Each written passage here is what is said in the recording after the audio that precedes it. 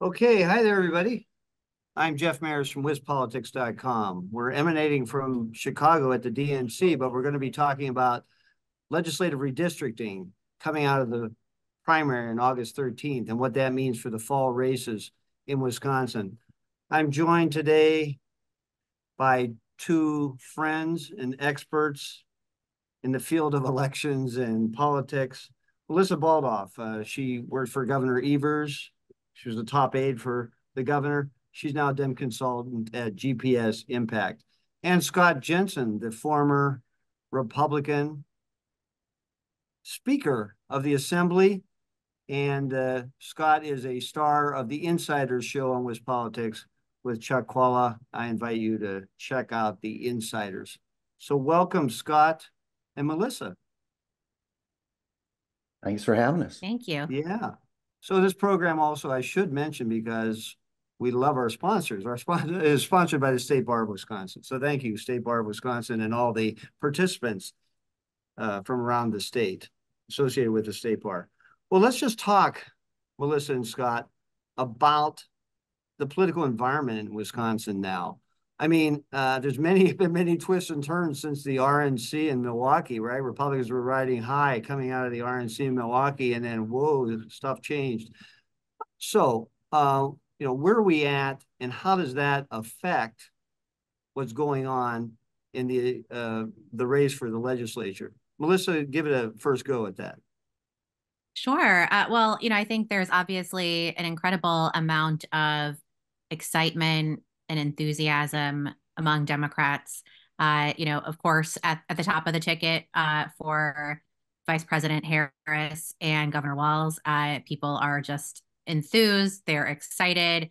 We're seeing, folks that are excited to volunteer, they're excited to vote. Young people are eager to get out there. People who have never been involved in politics before are eager to be a part of this. They're really seeing something special in what's happening here. And also in something, I would say more concrete beyond just that general enthusiasm, that general excitement. We've seen voters in Wisconsin go to the polls since then. And we saw them really overwhelmingly reject an attempt by Republicans to grab power for themselves with two constitutional amendments, and those were rejected very overwhelmingly by voters. So I think that we're really seeing people have a lot of excitement about the possibility of change and of what's possible and about what the future holds. And we're seeing people already taking action and using that enthusiasm and using their power, their superpower, which is their vote. So how's that helping Assembly candidates on your side and Senate candidates on your side?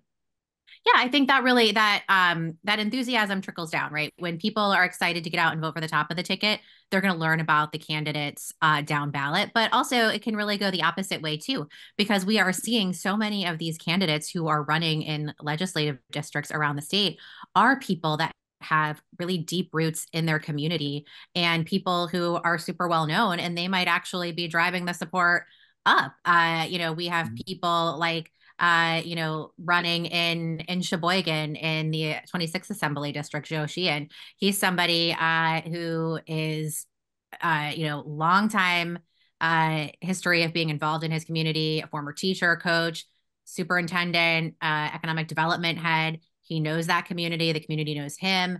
And that's an example of a community that has long been divided and separated due to gerrymandered maps, and now is going to get a chance to really vote as one community. And they are getting to vote for someone that they know and that they trust. So I think that the enthusiasm and the excitement is helpful for the folks down ballot, but the reputation and the trust that people have in those people from their community down ballot also, that helps up top too. Okay, it's a two-way street. Scott Jensen, former Assembly Republican Assembly Speaker. What's your view on how the atmosphere, the political landscape in Wisconsin is affecting these legislative races?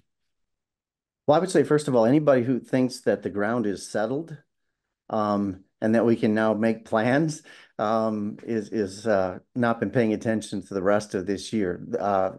This is, I mean, the first year I ever watched politics and was fascinated by it was 1968. This year could match 1968. We've got an assassination attempt in this race. We've had a president step aside even later than Lyndon Johnson did. We've we've got this all these twists and turns. In June and July, the Republicans were excited and enthusiastic, and they were talking about expanding the map and more states that they were going to be involved in, and certain states that would normally be swing states were dropping into the safe column. And then just 2 weeks after that, it's going the other way. And Vice President Harris is now the one who's in a position where there's excitement and there's enthusiasm. And they're talking about expanding the map to states that Democrats haven't won recently. My guess is this thing is going to go through about 2 or 3 more twists and turns. This is going to be a roller coaster ride all the way to the end.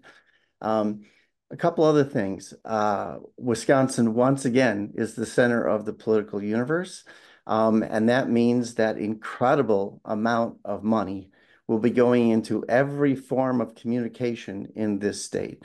The Green Bay media market, at some point, given that there's competitive presidential contest, a competitive U.S. Senate contest, a race for Congress, hot races for state Senate and for state assembly, all in the Fox Valley, it's possible that will be a more expensive television market than Dallas by the time that we get to the last few weeks of October. So that affects campaigns, their tactics.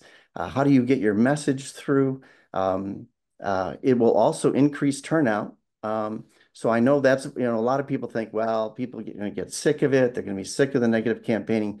Actually, people get mad, and mad people vote. And so you're going to see higher turnout than we've seen before, and this is a high turnout state. So that's going to be affecting all these things. The last thing I would say, at least with regards to the legislative races in Wisconsin, is for a long time now, for 2 or 3 decades now, Republicans in the state Senate and state assembly have outperformed the top of the ticket.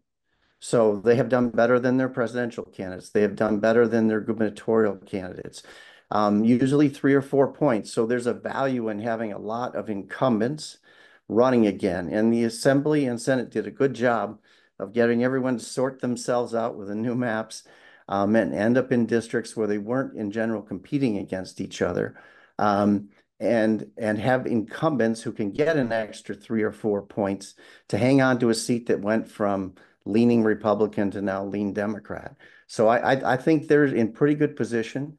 I don't think either party had anyone in one of these competitive districts that had a primary that has weakened them for the general election. I think in general that most of the tough races for primaries were held in safe seats.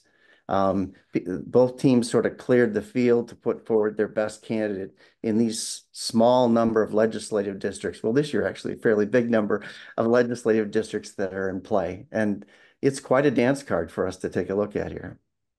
Okay, so let's just talk though, Scott, I want to keep on you just for this. The thing that Melissa mentioned about the effort against the 2 proposed amendments on Evers' authority or any governor's authority to spend emergency federal money. So what did that tell you? Does that tell you anything about what might happen in the fall, other than Democrats seem to have more money to spend than on these things than Republicans? Well, we do know. I mean, the days when the Democrats used to whine about Republicans having all the money are over. Now it's the Republicans' turns to whine about the Democrats having so much money. Again, Wisconsin politics constantly changing. No, I think it is overreading the August primaries to say that, first of all, it wasn't an overwhelming difference. 52-48, I think. Wasn't that the final answer? So I'm not sure No, that that's I think it was broader than that. oh, Yeah, I, but anyway. regardless, what I do think is there's a message in there for the races in November, and that is that if Republicans thought that they were going to be able to run as a check on the excesses of a Democrat presidency in Washington and a Democratic governor in Wisconsin, that's not going to work here. People are not looking to have the Republicans check Tony Evers as the governor of the state. So any Republican who is thinking that that's why you would be able to hold on to a Republican legislature is that we need to have a check on an out-of-control Democratic governor like Tony Evers. That's not a message that's going to win. You're going to have to win on a set of issues, not on achieving balance between the two parties. Okay, Melissa, I want to, Scott already got to the question about whether the primaries affected the fall races in terms of the candidates. What about on the Democratic side? Did any of the primary races that occurred in the legislative races on August 13th affect the competitive races in the fall? I think that I agree with Scott. I think that the primaries really are generally an opportunity to strengthen candidates. And I think that we saw Democrats come out of those primaries stronger, which was great to see. And they're really ready to lead. So I think that the primaries that we saw resulted in folks who are ready to hit the ground running, and they're on to November, and they're ready to win those competitive races. Okay, now we're going to get into the races, and when you talk about the races, please say where they are. Yeah, that helps everybody. It's going to help me too. Okay, let's just. I want to go to Melissa. Okay, this both of you are in the Milwaukee area, and there's the 8th Senate district. Dewey Strobel, an incumbent trying to stay in the state Senate, versus Jody Habush Sinegan, who ran in a race against Dan Knodel in just a couple years ago. Okay, Melissa, how are Democrats approaching that race? Yeah, I think that this is an incredibly exciting race for Democrats, an incredible opportunity. As you mentioned, Jody ran a couple of years ago in a special election in a seat that was a more difficult seat at the time, and came within 2 percentage points of winning and pulling that off in a seat that really people thought was pretty much an impossibility. And I think a big part of that was the strength of Jody as a candidate and her message, and the fact that the district is changing a little bit, and those we're seeing some changes in the WOW counties, and that's something that folks have talked about a lot. Of course, this district is some of those Milwaukee County suburbs, but then kind of touching up into Ozaukee County too. And, we are seeing, changes in the suburbs, and particularly around a lot of conversation around reproductive choice and women, and wanting to have the ability to make our own choices about our healthcare decisions. But I think it's so much broader than that. People, I think, get too stuck on abortion being the defining issue for women, and women's issues are economic issues. As a mom, I know that most of the women I know are the ones that are sitting at the table paying the bills, and we know how much that daycare check is. We know how much the gallon of milk costs. We know how much the grocery bill is. We know that the Costco bill is higher and higher when we have a whole mess of teenagers coming over to eat food after basketball practice, right? So, we know that the economic issues are women's issues. And I think that when women are talking with one another, when they're talking with their partners, with their families, they are really looking to which party has solutions for us. And it is really increasingly what they are seeing, and they are more open to hearing, is that Democrats have the solutions for them when it comes to being able to afford childcare, when it comes to looking at pay equity, when it comes to paid parental leave, when it comes to policies that are going to help their families, help them be able to afford to buy a home, be able to maybe afford to go on a vacation with their family. So I think that we are seeing, things changing in some of those suburban areas outside of Milwaukee. And that's why we're seeing a candidate like Jody be able to be successful in an area like that and be able to kind of change what a race might look like in that area. So I think it's going to be, incredibly, incredibly competitive, especially with these new maps. This is a district that in 2022 was won by Ron Johnson and Tony Evers. So, this is going to be, very purple. It's going to really, I think, I'll agree with Scott again on a point he made about the amount of money coming into this state. I would imagine that this is going to be an expensive legislative race. It's going to be one where there will there will be a lot of communication to voters, just north of me here, and I'll be paying a lot of attention to see what happens. Okay, Scott, by the numbers, this is a 51% Republican seat. Dewey Strobel was not exactly known as a great retail campaigner. So are Republicans fearful of losing this one? Oh, absolutely. I mean, let me go back to a point Melissa made, which is that this district is really emblematic of the change that's going on in the suburbs outside of the metro Milwaukee area. No doubt about it. Essentially, the two parties have changed bases. The Republican base, which used to be the highest income, highest educated people, is now the Democratic base. And the base of working class folks, which used to be the Dems core, is now the Republican core. So in these sort of suburbs that lean towards higher income, higher educated folks, Republican numbers have been coming down. Places we used to win, back my district, I used to win with 78%. Now it's held by a progressive Democrat. I mean, these districts have flipped hard. Areas like Brookfield, areas like Mequon, which is in this district. So it's going to be very close. She's right that, a certain kind of Democrat can win this district and a certain kind of Republican can win this district. And it's going to be extraordinarily tight. It will also be, I think, the most expensive state Senate race we've ever seen in Wisconsin history, perhaps more than $5 million all in from both sides and all their allies. That's more than we're going to spend in some congressional races here in Wisconsin. This is sort of the emblematic one, and it's one the Republicans have to hang on to. At a 51% Republican seat, you have to have that one in order to maintain the majority in the long run. The Democrats understand that. They need to find a way to take away a couple of seats here from Republicans in this cycle so that in the 26th cycle, they can get the majority.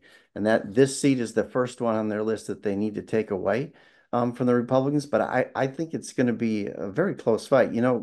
President Trump got 49.7% of the vote in this district. So it's a 50-50 district. And Dewey Strobel, who in the past has not had to be a retail campaigner, has been working the doors very hard, day after day after day in this district. And I would point out, as was mentioned earlier, that Jody Haber-Sinekin has run before in this district. I realize it was a more Republican district at the time, but she underperformed and lost. So I think they can hang on to this, but it's going to be difficult. Okay, so the Senate right now is controlled 22-11 by Republicans, and it seems like a two-cycle process for Democrats to take it back. But what other Senate races are you watching? Let's do this rather quickly because the Assembly gets kind of complicated. Melissa, what other Senate race are you watching as like, oh boy, that's a harbinger of things to come, or we can't lose that one? Which one?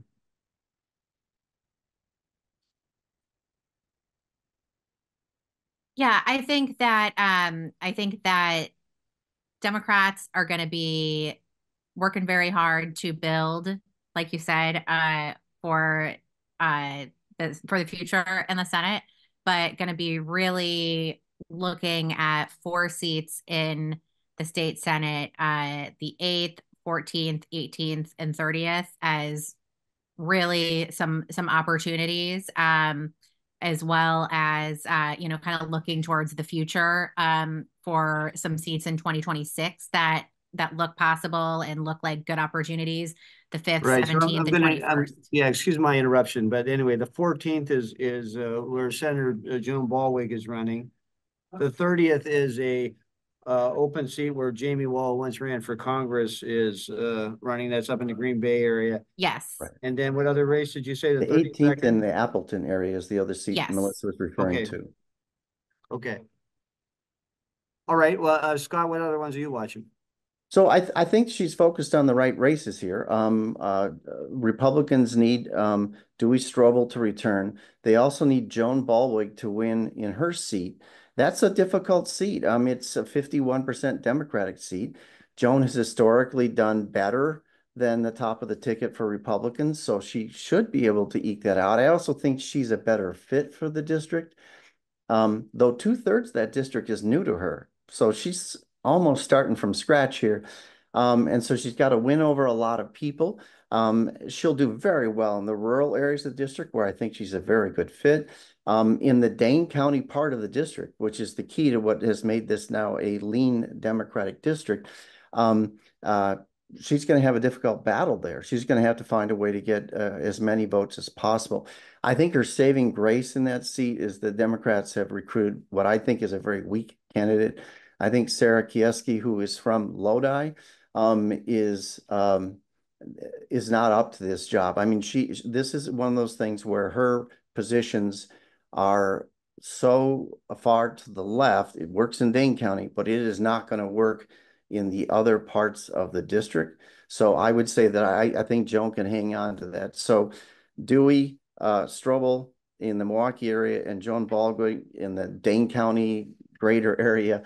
I think those are two that Republicans must hold, and I think they can. They're going to give up it seems quite likely they're going to give up the 18th, which is the new seat that was created in Appleton.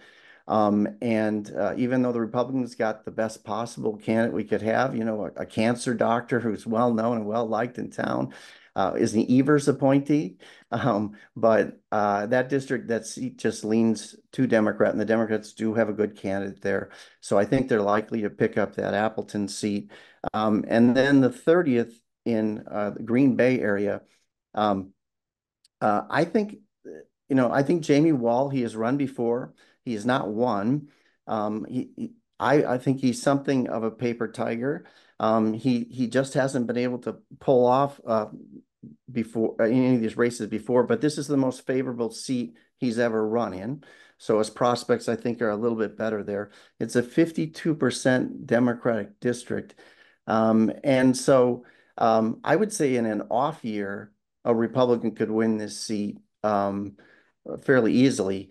But in a year where this is the center of the political universe for the presidential race, and where the Democrats will be doing a very good job of turnout, I think that's going to make it difficult for Republicans to pick up that seat. But they're going to give it a try. Okay, Melissa, do you have any beats with Scott's analysis on any of those? I agree with a good bit of it. I will disagree on the quality of the candidates. I think that we've got some great candidates running, and I like our chances with all of them. But yes, I do agree with the assessment generally, and think that we're going to see some close races. Okay. Well, let's stay with you, Melissa. All right, the race for the assembly. Okay, right now, Republicans have a 64-35 advantage. Yeah, it's a vastly different map. This is the Evers map that Voss and Lemmy said, well, it's better than what the liberal Supreme Court might hand us. So here you go, and Tony Evers signed it. So how realistic are Democratic chances to take the assembly in this cycle? I think I think there are multiple paths to taking the majority for Democrats in this cycle. I think there's a really solid path. I mean, if you just layer Governor Evers' numbers from 2022, Assembly Dems end up with 52 seats using these maps. And I think that we're going to see, and this is a presidential year with, a different level of excitement and enthusiasm. If you layer Senator Baldwin's most recent election numbers onto these maps, Assembly Dems get 58 seats. So, there are multiple really solid paths to get there. So I think that we're really going to see Democrats working hard. We're seeing Democratic candidates outperforming their opponents in fundraising in key districts. We're seeing that energy, like I said, with Vice President Harris taking over at the top of the ticket.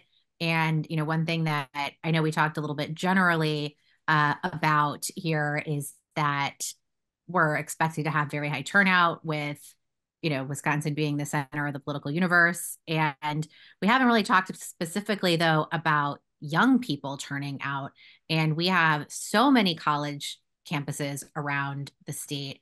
And seeing the enthusiasm from young people, we saw got a little taste of it last year during the state Supreme Court election, where, there was viral video of people just like out the door and around the corner on campus in Eau Claire ready to vote. And I think that we are going to see that record level turnout excitement from young people on college campuses. I know people very often just think about it as, UW-Madison's going to turn out, but it's going to be college kids all across the state. I've got a, newer voter in our household.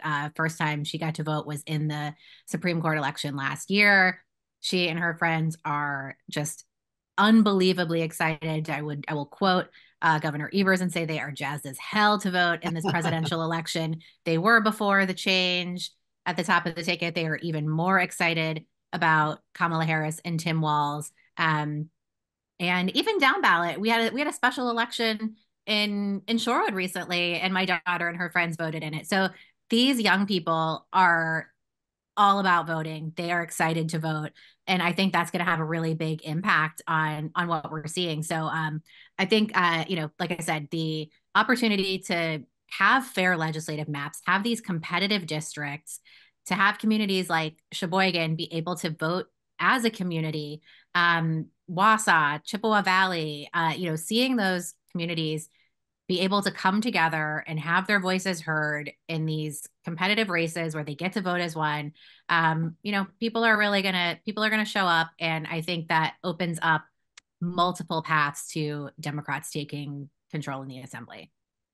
Okay, Scott. So I think there's 9 seats that are viewed as at the top of the competitive list here in the assembly. But for Robin Vos to maintain speaker, he has to sort of, be around 54 or whatever, because there's a few malcontents in the caucus.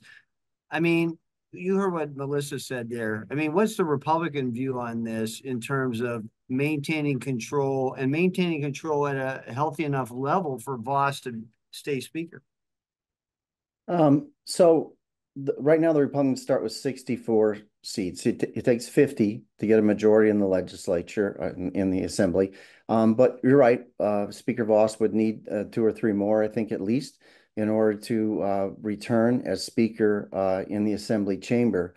But the last time, I think, we had a shift from Republicans to Democrats of a margin of the 15 they need to get an outright majority, would have been 1970. So it's been a long time. It's a rare thing. It doesn't happen very often. So I'll set that aside. Second of all, I think Republicans know they're going down. They're going to lose seats. Some seats have gone from being lean Dem that the Republicans were able to win because they just seem to be able to collect a lot of these lean Dem seats, but now they're safe Democratic seats. So those are out of reach for them. So the number is going to come down. But I also think that there are seats that they're going to be able to win that might be somewhat surprising to people. Like there are lean Dem seats that I think we will continue to hold on to. Todd Novak has never run in a Republican seat. He represents southwestern Wisconsin. He has never Todd run. Novak, the former mayor of Dodgeville. Yeah. So I mean, he's never had a favorable map, and he's always won that seat. Another guy to take a look at, I mean, is Dean Crawford, who served in the legislature for a long time, went on to be a very popular mayor, is Mayor of very well Neenah. known and I'm very trying well. to add the geography here. Mayor of Neenah. Neenah. So this district, which is Neenah Menasha area, he's extraordinarily well known, extraordinarily well liked, and that's a seat that should go to the Democrats, but I don't think so. I think people are going to go, okay, I don't like Trump, but Dean, I know. I've been to his bar. He's been my mayor. He's been my state representative. He's a good guy. So it's not like just because the numbers changed in the district that people say, I'm going to vote against the incumbent who I voted for many times before. And so Republicans were smart to get a lot of incumbents to run in these seats, even if the seat went from lean Republican to lean Democrat. They're still running there, and they're gonna even if they split those, they hang on to the majority. And historically, they have won almost all of those seats that are in the lean category, lean Republican, lean Democrat. In fact, going into this race, they own all of them in the state assembly except one, which is the La Crosse seat. So all of the seats that are in the lean category of lean Republican or lean Democrat are held by Republicans today in the state assembly. Okay, let's talk a little bit about the incumbency factor. So Melissa, Republicans are always saying, well, we kept a lot of our incumbents. We're going to be in good shape.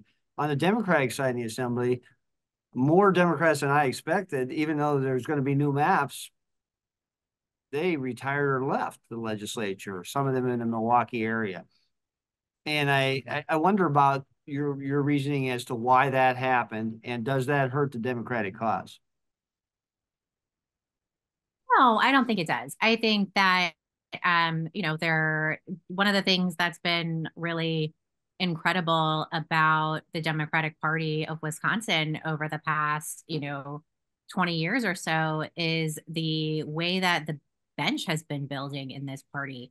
So when we have people who, when they looked at the maps changing and instead of saying, hey, do I maybe want to move to a new district? Do I want to uproot my family? And, make a change here, or do I want to kind of pass the torch to a new leader? And they can make that decision because they know that there's a great bench of leaders behind them who are ready to run for these seats and win. So I'm not concerned that we've seen some retirements from Democrats when we saw the new maps at all. We have some really dynamic new folks who are running in seats around the state, and we also have some great incumbents who are running in some seats that are getting more competitive. So we have, folks like Jill Billings in La Crosse. We have folks like Jody Emerson up in Eau Claire, Steve Doyle, who I am very confident will all win their elections. There are people who are, representing their districts well, out there knocking doors, have messages that resonate with their community. They are known, You forgot trusted, Joe Pluff, respected. who's trying to get back in the assembly as a Democrat. There you go.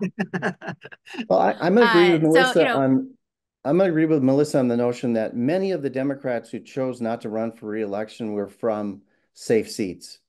They were like Dane County Democrats running against each other to run for the state Senate or something.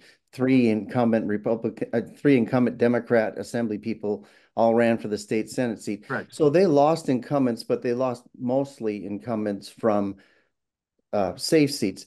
The key to what's happening for Republicans is that in these swing seats, in most cases, they have an incumbent running who has a connection with the voters that supersedes all of the other stuff that is happening here in Wisconsin for president and for Congress and for the United States Senate. So there's a personal connection that many of those people have built with voters over the years that's valuable. And it's not like it's a lock. It's just that it allows them to run 3 or 4 points ahead of the rest of the ticket. And under the new maps, there are a lot of seats that are in the range of 3 or 4 points. And Republicans should be able to hang on to a good number of them. And I think that's why they'll return in the majority there. But I do think over the long run, and this is the goal for Republicans, it's the flip of what the Democrats have to do in the state Senate, which is they win it over 2 or 3 cycles. Republicans have to not lose the assembly over 2 or 3 cycles because some of those incumbents will retire at some point. Some incumbents will get beat at some point, and that incumbent advantage will slip away over the course of the rest of the decade that we're working on these maps. So they need to maximize the number of people they're coming out of in this election, both for the re-election of their leaders in the state assembly and for the long-term goal of hanging on, because they're slowly going to bleed seats to the Democrats cycle after cycle throughout the rest of the decade. So if they come back and they got 54, well, it's a good night for Republicans, but that just means that, the slide has not been as steep and as fast as the Democrats have wanted to see. Okay, Melissa, what Republican incumbents should be looking over their shoulder in the assembly? What's your top, like, oh, watch out, we're going to get you? I mean, I guess I could say all of them. No. You could say all of them, but let's try to narrow the field a little bit. Certainly not the ones in safe seats. So, yeah. Right. Yeah. I guess I mean, I really would say all of them, quite frankly. You mean all of them? Because anyone who is in, yeah, I mean, not in the super safe seats, but anyone who is in a seat that is competitive, anyone who is in a seat that is competitive should be looking over their shoulder. I can't narrow it down to anyone in particular. But seriously though, everyone should be, because I know that the realities are that there are pockets of the state that are more Democratic and more Republican, of course, and that's always going to be what the reality is.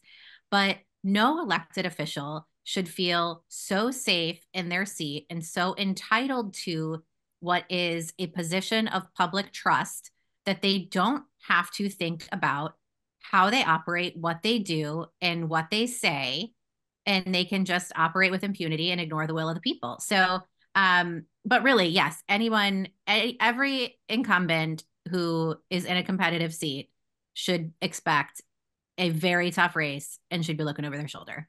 All right, let me just stay with you. Every single one.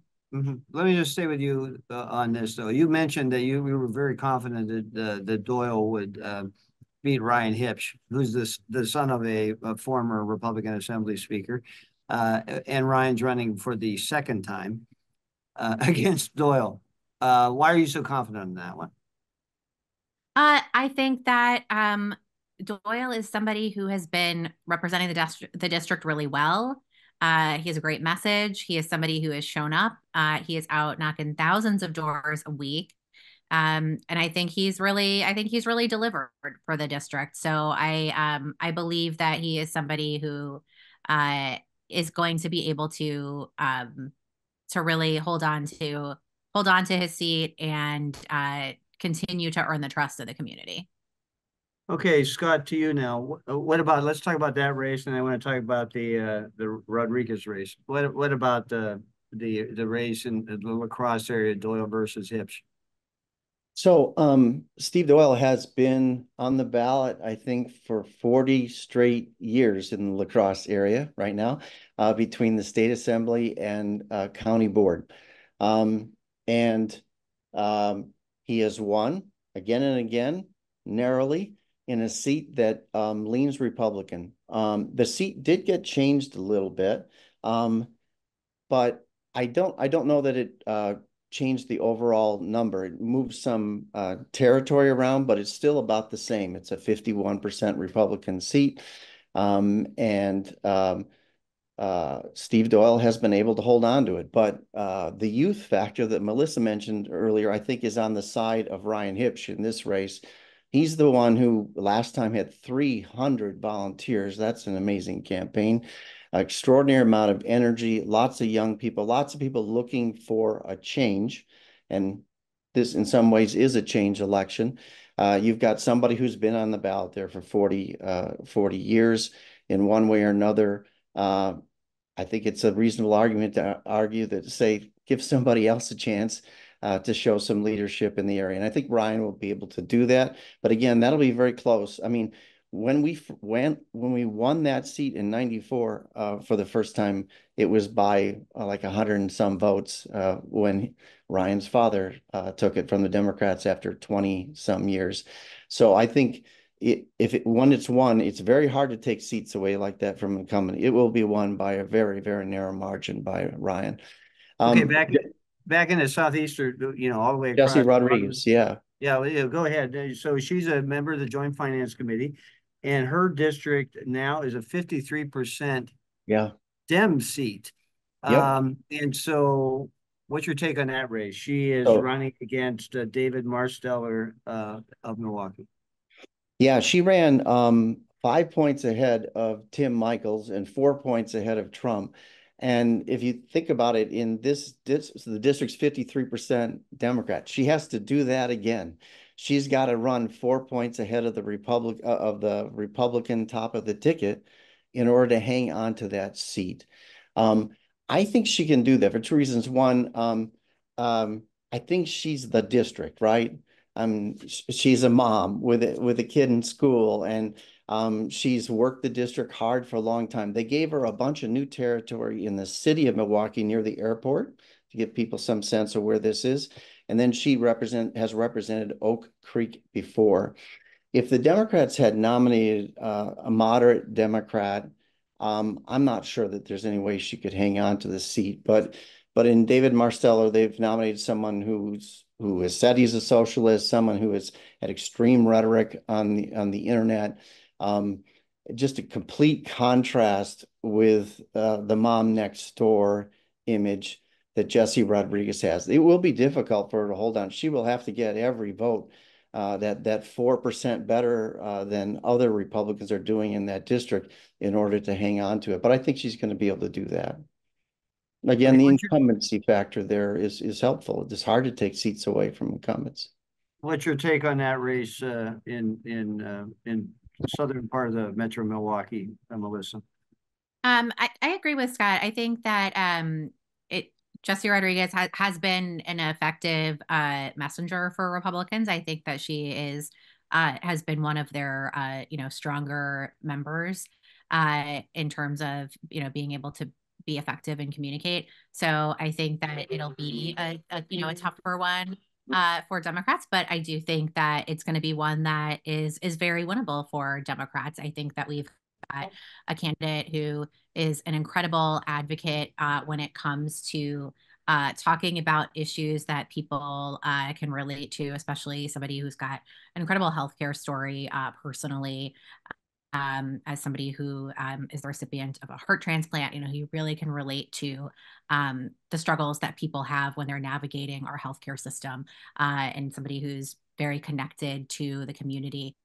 So, while I do agree that that Jesse Rodriguez is somebody who, has done a really good job of connecting with her constituents and being a good messenger for Republicans, I do think this is definitely still one of those races that Democrats are working hard on, and that is one of the races that we're going to be able to win.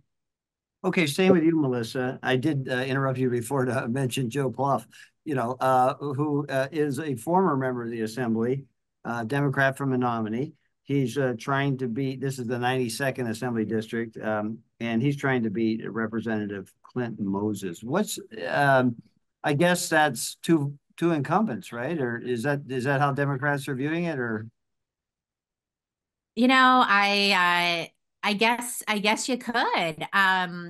Yeah, I think that's, one of the things that happens often, right? That you see people who have connected, like I said, we talked about this a lot, people who have these connections to communities. So, maybe not an immediate incumbent, but somebody who people know and who are going to have that connection to and are going to remember and are going to have again, just somebody who they know and they can say, hey, I remember this guy. I, know what he's all about. And I think that's going to be a really interesting opportunity for people, in the area to be able to say, hey, we've got a chance to go and talk to people who have done this before and who have experience. We know that people value experience as much as, having fresh perspective is good. Experience is really valuable too.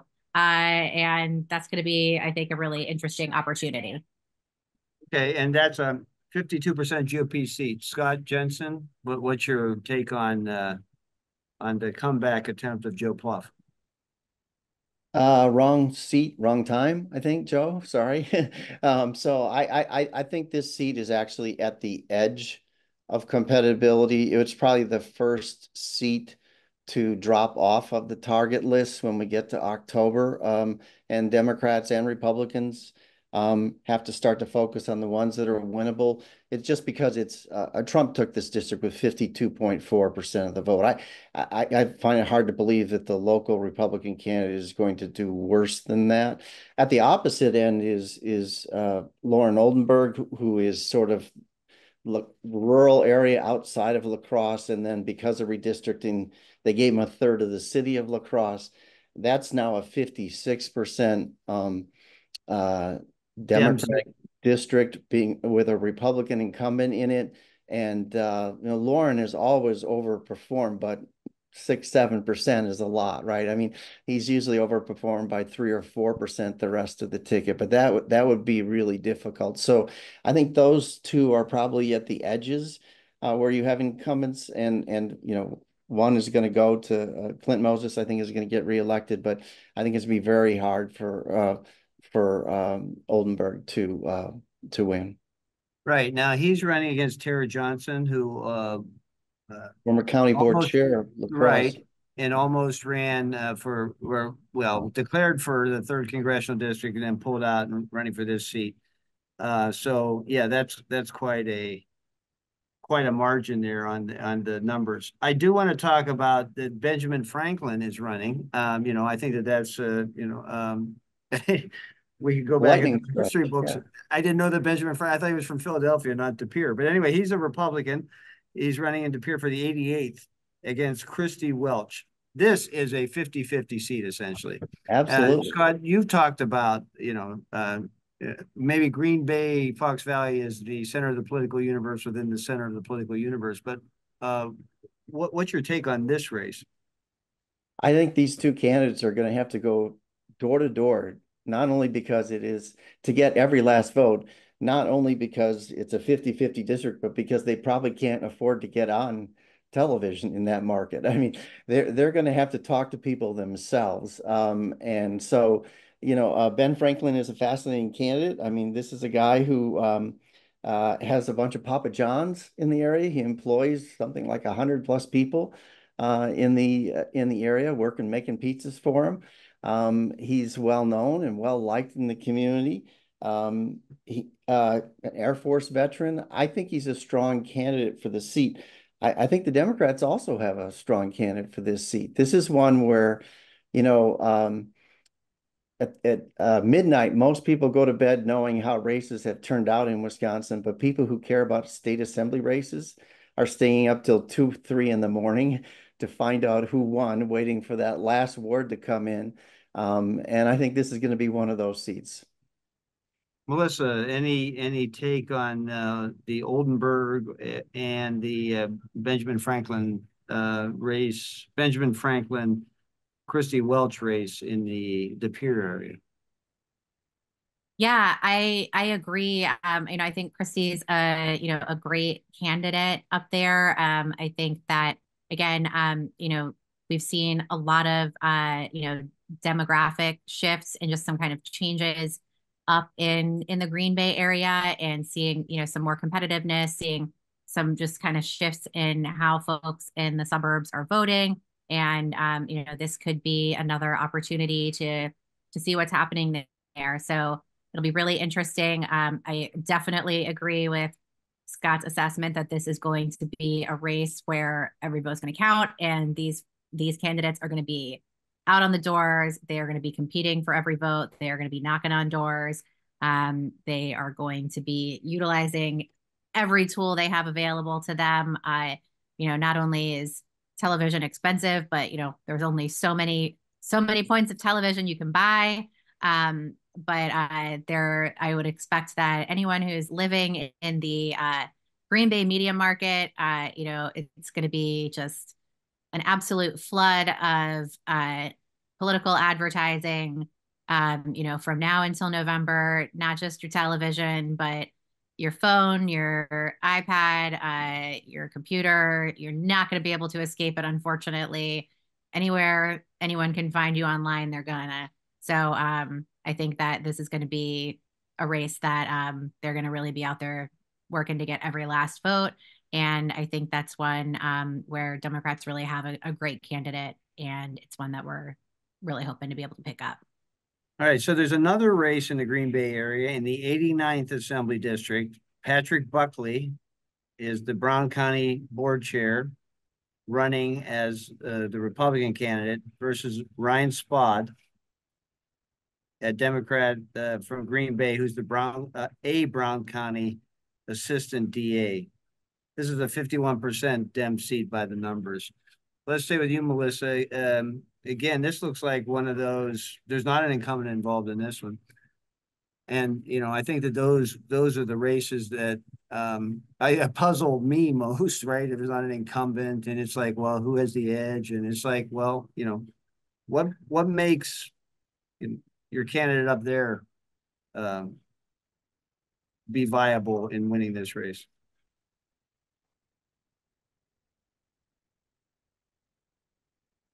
Yeah, I think that really what makes a candidate viable, up in the Green Bay area is the same thing that makes a candidate viable anywhere else in Wisconsin. It's that authenticity, that ability to relate to people, for them to trust you, and those community connections.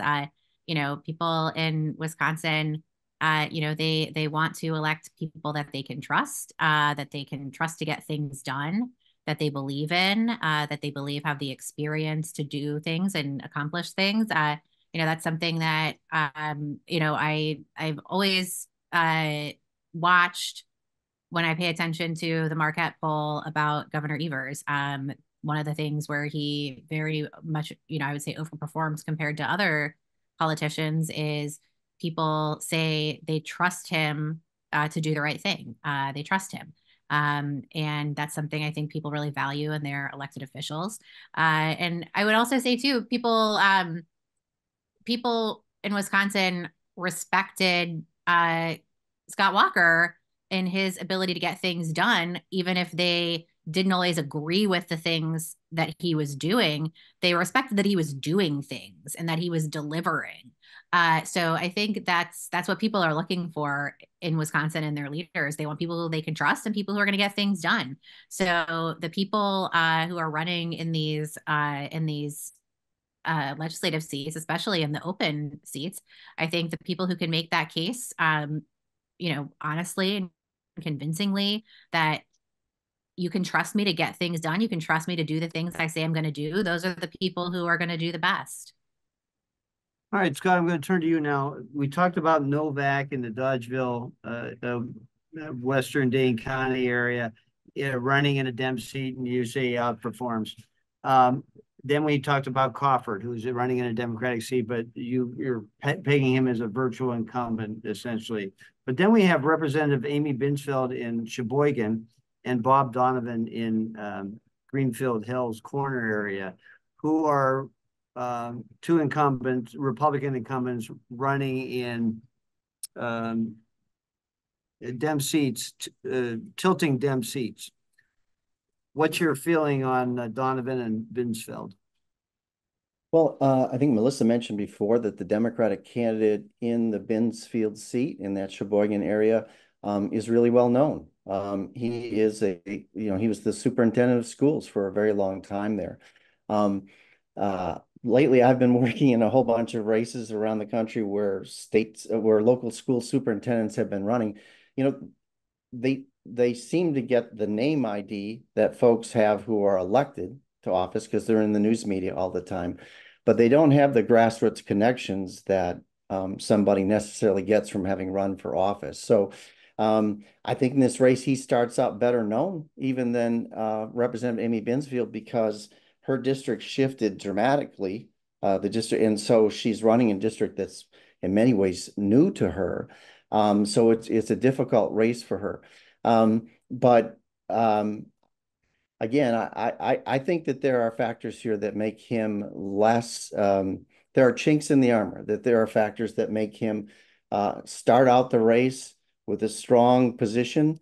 But in the end, this is going to end up being very, very close. And she's very hardworking at the doors. And in Sheboygan, we've heard these stories before, going back to Libam, when this was kind of what this district looked like. It was pretty much the city of Sheboygan, and a Republican won it and sort of stunned people.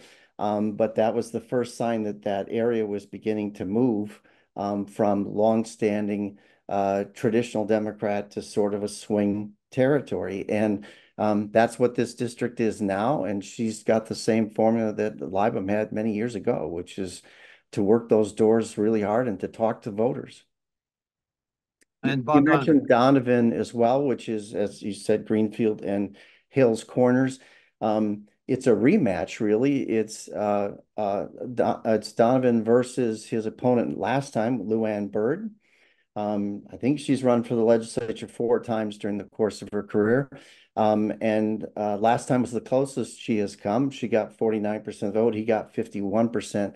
But I don't see any reason to believe that she's going to break through on her 5th attempt running for the legislature.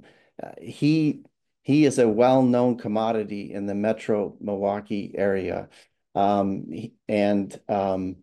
He has very strong connections with the sort of working class folks who live in Greenfield and Hales Corners. So it's a close district, but I don't see any reason why the results should change from last time. He narrowly won it, and I think that will happen again. Okay, well, our time's just about up. You really need a playbook to look at go through all these races. And WisPolitics is doing the best it can to have these rounded up. And we had a subscriber report on Friday, which we'll post at the front page for the public to see here in a few days, so that people can get a sense for where the top races are. But now it's time for predictions, everybody. Okay, so who's going to win the assembly, Scott? The Republicans will win the state assembly. And what's your count? What's your best guess? I will say that they'll come out with 54 or 55 seats in the state assembly. Okay, Melissa, you have the last word. All right. I am going to say that Democrats are going to take the assembly, and I'm going to say that we're going to have 53 seats. Oh, wow. Okay. Yeah, it'll be one of the largest shifts in Wisconsin politics. Well, see. Well, like you said, we're on a roller coaster here. Yeah. Who knows? Who knows? You know what? Today's my birthday, so I'm going to speak it into existence for my birthday. There you go. All right, good enough. All right, well, thanks, Scott and Melissa. Really enjoyed the conversation. I hope we can check in on this again. Thank you very much to the State Bar of Wisconsin for sponsoring this program. Thanks to all of you for tuning in. If you ever have any questions about or suggestions for programming, you can just email me at mayers, M-A-Y-E-R-S, at wispolitics.com. So we're done for today. This has been Jeff Mayers, Scott Jensen, Melissa Baldauff, joining in this conversation on redistricting, and we'll be following it from here to November. Thanks, everybody.